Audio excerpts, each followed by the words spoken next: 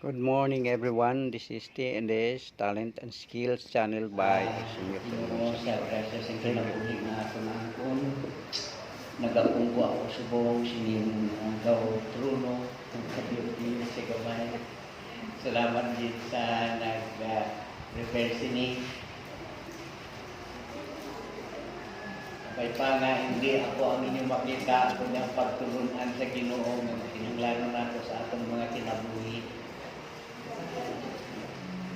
Sa nag-prepare sa bulak karon nga aga, ang pagpasalamat sa Ginoo aton halat angay sini nga bulak nga nagarepresentar ini sa katahong sa kabuhi sa kada isa. Nagapreparar man ini sa pagtudlo sa aton nga kaangay sige sa kabulak may destinasyon ini siya nga kita may katahong malaya kag madula. Salamat man sa nakatin sa Sunday School. Sa wala nakaabot, meron akong share sini nga tao. Sining kong pangitaa bala si Amerika. Siling niya, pastor, nangita ko kay American, boxer man eh. Boxer man eh si American. Hindi ko nakikita ko ba kung sino na si...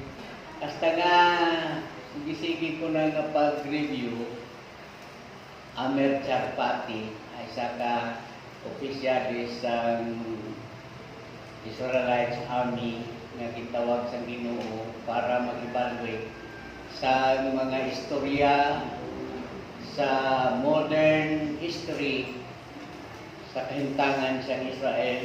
Kaya siya nagapadayon. Kung nara ka mo aktik nga pag-apre sa inyong ginatawag nila subong nga website, Amer Charpati, Behold Israel. Hindi lang nga nabatian ko ni siya sa YouTube nga naghambal kag nakita. Personal namon ni siya nakita sa Davao sa nag-lecture siya regarding what is going on sa kalibutan subong. Kagluya ko tani sa to nga magkamyaw sa iya, maadto sa iya dito sa front. Ginatimingan ko gusto ko ito mo kamusta. Pero ang resulta, ng pagkatapos niya sa hambal, yung tago na sa dayon, hindi siya pwede mag-front kay Gaudamo ang para man siya security. So wala din. Nabatian ko ay ginhambal, yung review niya, ang kahintangan sa istorya sa modern generation sa kahintangan sa mga tumulo kag hindi tumulo, sa mga Israelites kag hindi Israelites.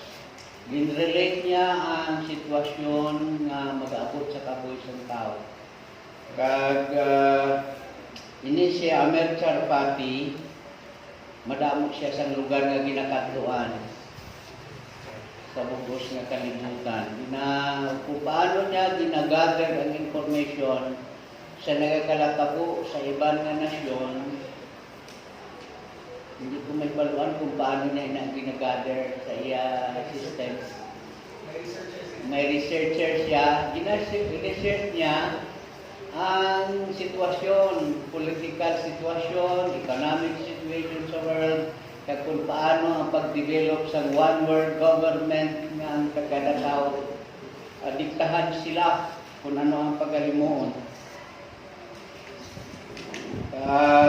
Sa mga tumulo daw na-deprive kita sining information luwas lang kung may ara nagatidlo.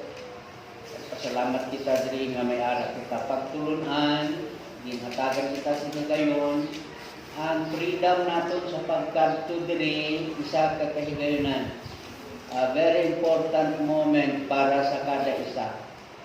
Hindi lang i-entertain kita sa kung ano nagkalatabo, but we have that information kung diin kita subong, ano kita subong, kag diin kita pakadto. Salamat kita sa higayon nga nangitabahan kita sa mga pagtulunan ang kahulugan sa grasya amo ang aton pag-ausisa unsaon subong. The meaning of grace or the definition of grace. Every time nga magahuna-huna ang tao, maghatag kita sa mga pagpasalamat, magasilipit kita tungod sa grasya sa Dios na amo ako sini, ginhatagan ako sa maayong lawas, maayong huna-huna, ginayo sa mga sakit, gin-provide ang aton mga pagkinahanglan. Generally speaking, ang kada isa gusto gid sang grasya. Ato nabatian sa Sunday School nga pangitaon naton ang source sang grasya. Kag ang grasya magasudod o magapalo. So grace is God's provision whenever His righteousness is found. Ang justisya niya magasiling hatagi siya sang grasya. Sa Baptist definition sang grace, grace is unmerited favor. Insakto gid na siya kay hindi na siya pagapangabudlayan. Work plus grace is no more grace.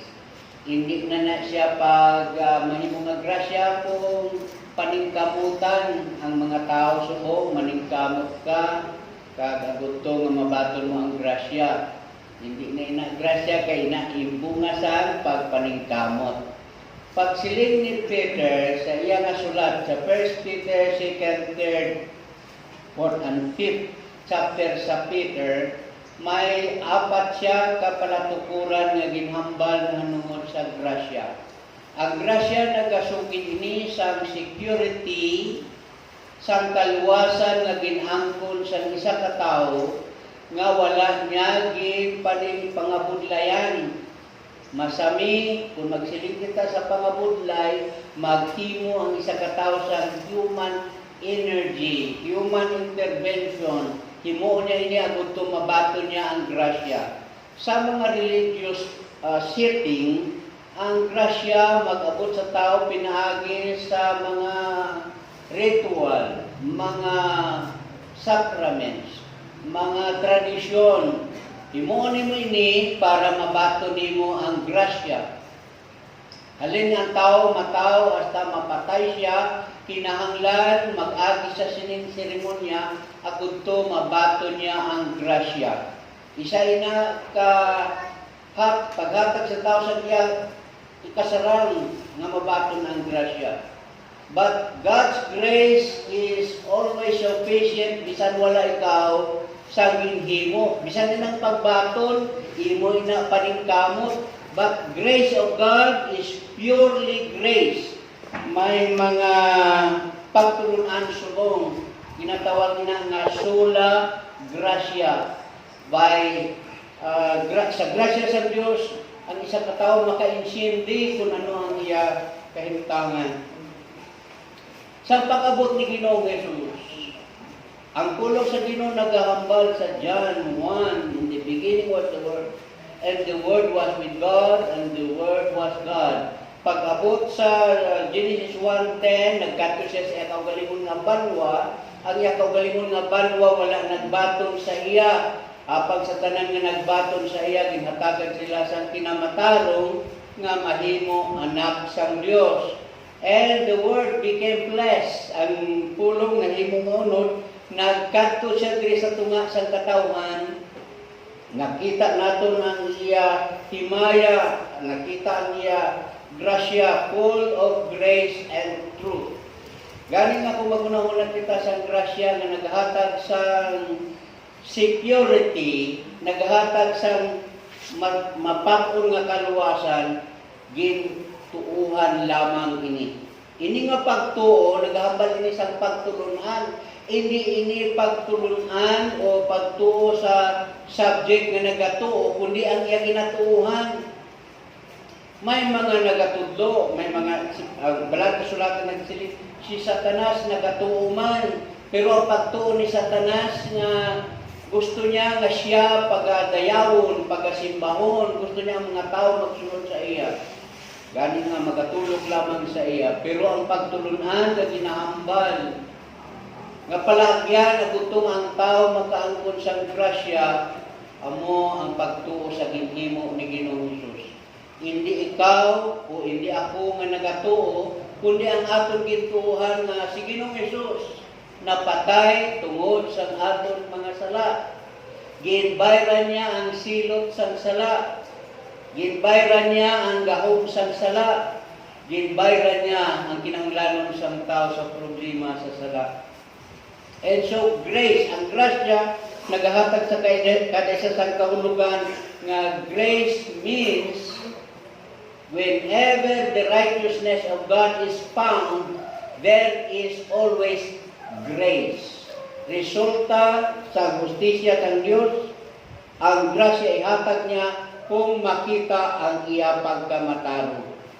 Liwaton natin ining una-una sa aton ibutang, sa aton ang alipatakan. Whenever the righteousness of God is found, follows grace, and that grace magasiling sa kada isa, casting all your cares upon Him, for He cares for you.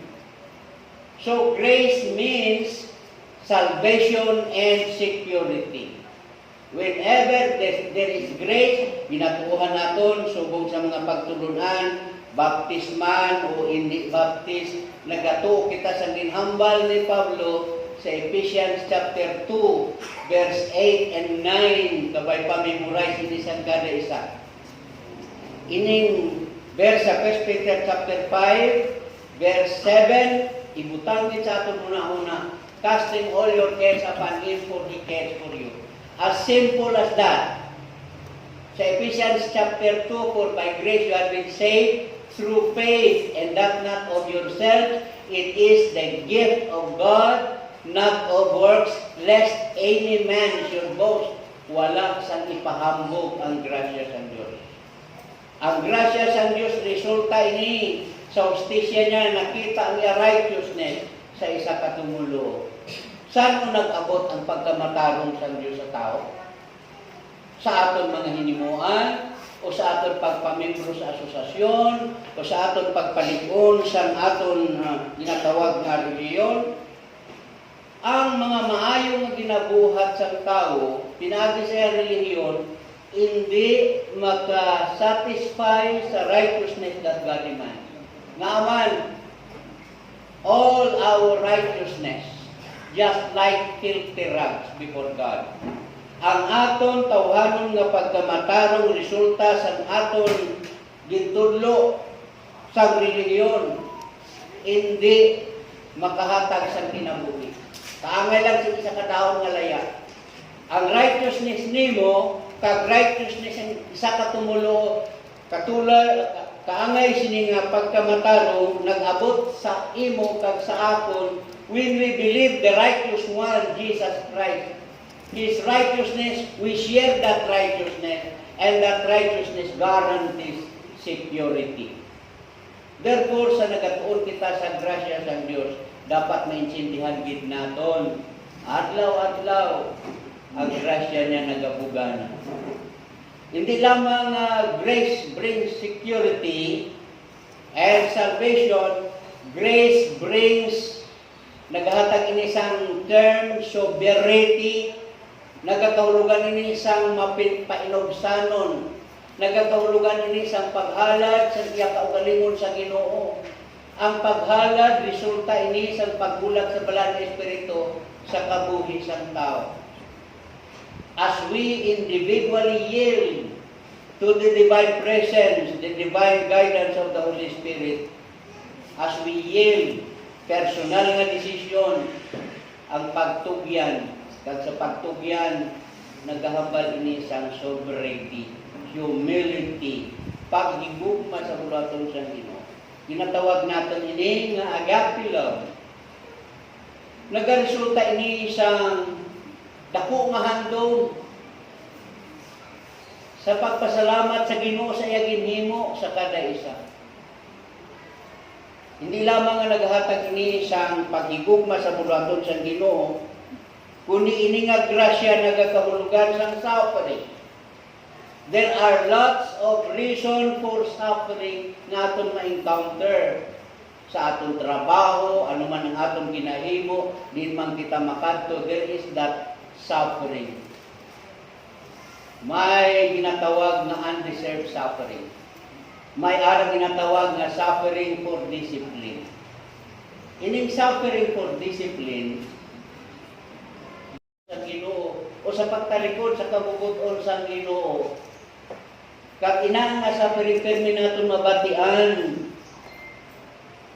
inang suffering because of our wrong decisions, self-induced. Ang Ilonggo sina self-induced mercy. Balaan ta na gid nga hindi na siya haom, himuon naton tungod kay may free will ganit ta. I-allow na sa Ginoo ang free will. Hatagan niya ang katatawsang kagawasan. Pero once nga magsimang ang isa ka tumuloo sa plano sa Ginoo kay may ara siya free will, inviting disaster sa iya Kristohanon nga kabuhi, ginatawag ina nga self-induced misery. Kag ini nga suffering, dapat naton dumdumon samtang ari pa kita sa sininga kalibutan. When Paul have said, naghambal siya sa type-giving, ginquote ni Brother Pulyon ang Galatians 2:20, I am crucified with Christ, nevertheless I live. Nagakabuhi ako, hindi lang sa akong kaugalingon, kundi si Kristo na napatay sa ako, igakabuhi ko sa subong.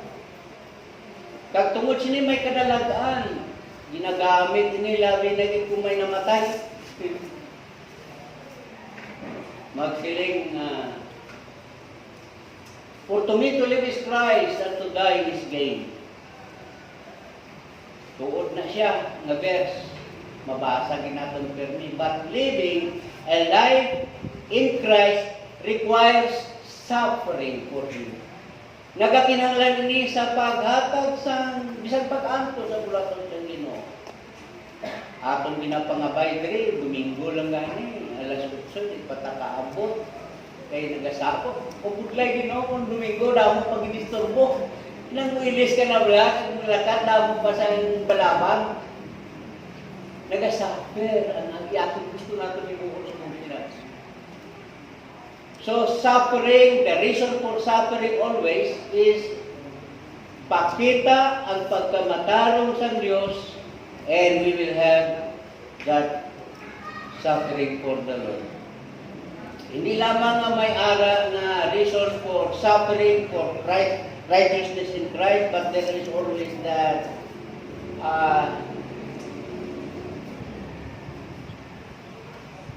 ang term niya na bala ang imo kabuhi, magasiling, Lord, thank you for suffering. Nakasiling ka na bala din, ha? Lord, salamat sa suffering. This is a challenge. Nakasiling bala ang kada isang sining kalisdanan na akong gina-encounter. Makasiling ikaw, Ginoo, salamat sa suffering. Ang yes ni halimbawa, terminaton ini mabatihan, isa ka ilustrasyon, ang isa ka gusto magdako ang niya muscle, makadto siya sa gym, kag pas ano niya, alsaw niya ang mga mabukat nga barbell, kag samtang nagapasan siya, kag naga-exercise, antos ang iya lawats, ang gusto magdako ang iya maskulo, kag ipahambog ang iya maskulo, dito sa gym. May arang suffering, training sa iya kabuhi. Isa ka believer nagakinahanglan sang training sa pulong sang Ginoo. Nag-abot na bala sa aton panahon? Yes, may ara kami training karon nga gabi. Maating kami kay may ara kami training. Anong kinahanglan niya sini? Pagpalig-on sa isa ka tumulo. Hindi lang ni kay entertainment, ha? Sino ang magbulahan? Kung mag-attend kita sa training yun, or itong wala nag-attend. Ang nag-attend sa simba, hindi lang naaga, kung isa gabi daw, ano katahong. It's so nice to offer ourselves to the Lord freely. Hindi nga Sunday alas 8 lang, hasta alas 10, hasta alas 11, dugay-dugay, alas 11 na, huli na ta. Training in the Lord makes suffering. And that is for the glory of God. Hindi lamang ang grasya naghambal sa suffering for the Lord, but serving the Lord. Ang pag-alagad sa Ginoo. Now when we cast everything into His hand, casting all your cares upon Him, for He cares for you. Ano bala ang mga cares nga atong ginasugata adlaw-adlaw? Panglantaw nato, mayaw lang kita ya, makakaon pa tatlo ka beses sa adlaw, may ara na ya, memorize na lang. Maluoy kita kung kaisa maglantaw sinang nagapangayo, way umot nga kung mag-abot yan ng panahon nga makaon kita sa Jollibee, bago kita magsulod sa Jollibee, mangayo ang mga pagkaon lang. And yet, hindi nato naintindihan nga ang Ginoo gali nga nag-provide sa naton pagkinahanglan, Ginoo man sini nga mga tao. And yet, serving for the Lord requires our individual decision. Di nato ninitanan makuha sa kahulugan sang pulong nga grasya. Now, the righteousness of God demands righteousness. Ang pagkamatarong sa Diyos nagakinahanglan sa pagkamatarong. Ang mag-execute, agon to makita ang pagkamatarong amo ang iya hustisya. The justice of God will execute so that His righteousness is found. Kung makita ang iya righteousness, bless that righteousness. And every person who have that righteousness, makasiling, Lord, thank you for everything. Amo na kinahanglanon sa isa ka tawo. Hindi ritual, himuon-himuni, hasta nga magsakripisyo mo hanuton mo imulawas, magludlod ka. Aguto mabato mo ang nagsakripisyo ikaw, gintapos na ni Ginoong Hesus na. Nagsinggit na siya. Tapos na, paid in full. All you have to do is yield to the divine guidance of the Holy Spirit which is available. Hindi siya malayo, ara siya nagapuyo sa imo, sa akon, sa kada tumulo, katumanan sa paghambal ni Ginoong Hesus. His prayer was, I will pray to the Father that He will send you a helper, that He may abide with you forever, and that this is the Spirit of truth. Nagapuyo ina siya sa imo. Ginhambal sa John chapter 14 verse 16. Kabay pa nga magutang na sa aton una-una ang balang Espiritu, nagapakigupod sa imo kag sa akon adlaw-adlaw, nagatudlo sang aton konsensya. And when the Holy Spirit comes, kag ara na sa imo, the Holy Spirit will testify about me, siling ni Ginoong Hesus. Anong i-testify sa balang Espiritu na nangol kay Ginoong Hesus? Nga mapakita, gin-reveal sa Diyos ang iyang pagigugpa sa tanan nga katawan.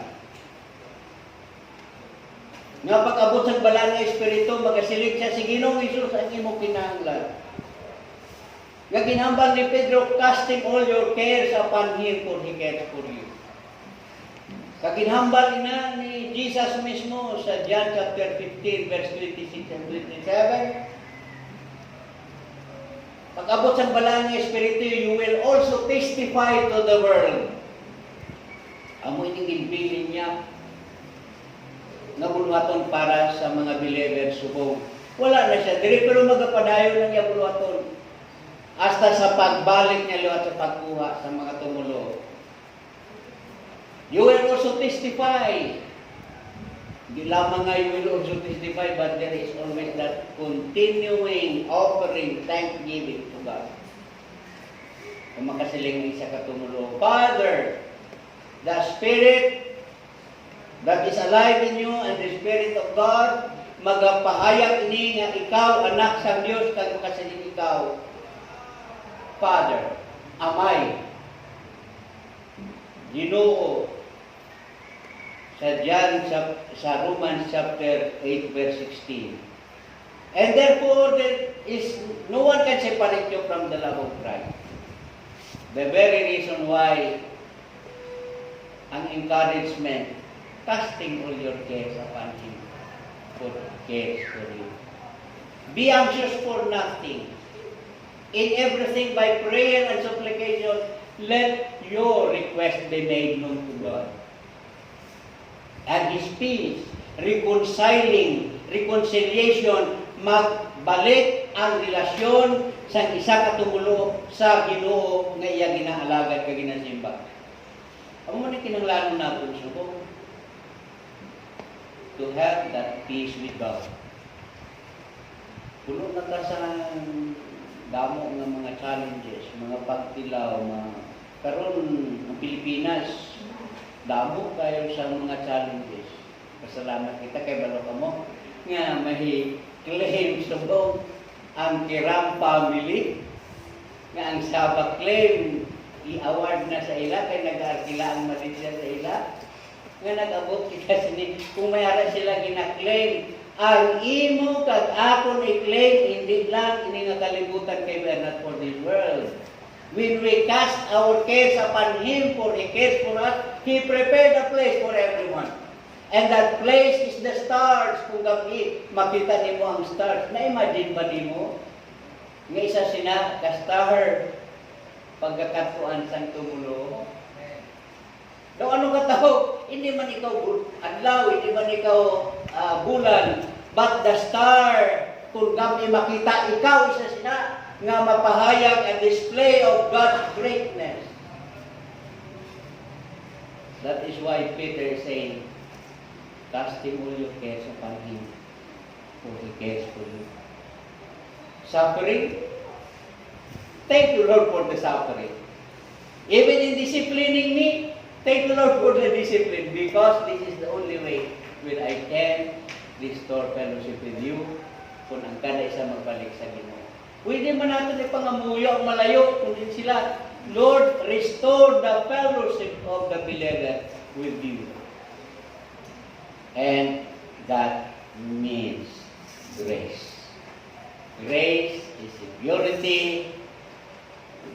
Grace is suffering. Grace is service for the Lord's glory. Kabaypag ang kada isa. Maguna-una, magagawa kita sining aton balay sa puhalan, worshiping God, through His grace, makasalihan kada isa. Lord, thank you for your grace that supplies my need. Hindi magumod-gumod. Sabagay, gumurag din man ang mga tao yung naritumbado. Thank be to God for His glory. Sabay pa, ma-maximize ang grasya sa aton kabuhi. The righteousness of Christ in us guarantees His grace.